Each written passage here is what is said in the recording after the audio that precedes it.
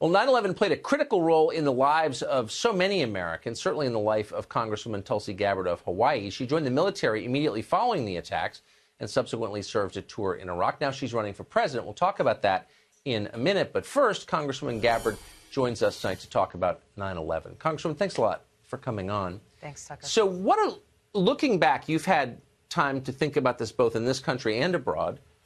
What are the lessons for the rest of us from 9/11, would you say, 18 years later? Yeah, it's looking back on that day, remembering where we were, and as we observed al-Qaeda attacking us and seeing the thousands of our fellow Americans who were killed on that day, and seeing the brave acts that these heroes, our first responders, put forward as they ran into those crumbling buildings as so many people were trying to get out, to see how many people they could save.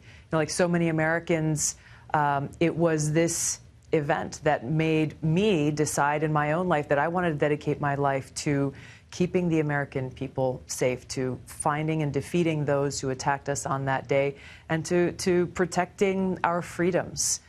This is something that continues to inspire me today.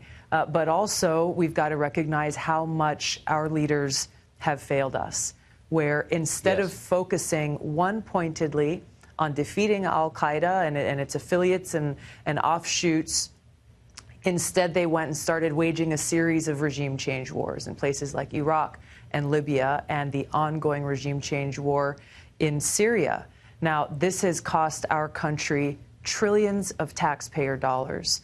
We have lost thousands of American lives in these wars, my brothers and sisters in uniform. What to speak of the countless lives lost in these other countries in the Middle East. And where do we find ourselves today? Al-Qaeda is stronger now than they were on 9/11. This is the result that we have.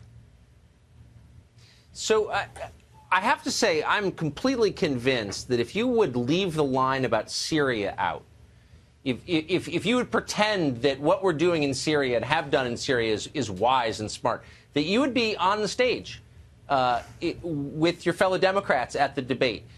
Bringing up that point about Syria has earned you the enmity of a lot of people in Washington, a lot.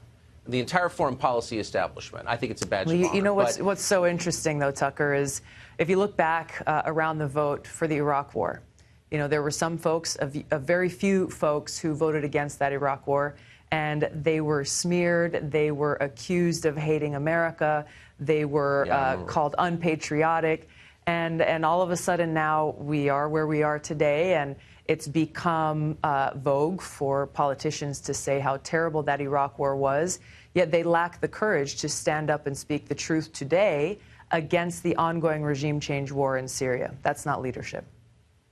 No, it's certainly not.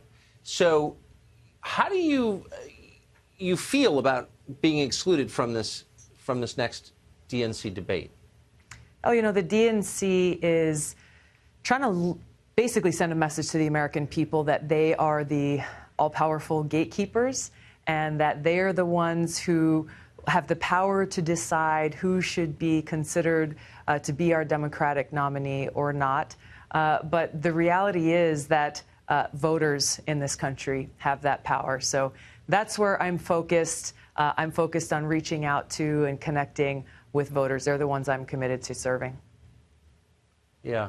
You'd think that a party that says it believes in diversity would like to have someone with maybe a different point of view on the issue, and you have a different point of view on some of those issues. And so I think that's part of the problem with these debates is, with these 30-second answers, 60-second answers, you're not really giving voters the chance to hear, where do we stand on these issues? What motivates us? Why are we doing what we're doing? What experience and credibility do we bring to this job of president and this huge responsibility of serving as commander-in-chief?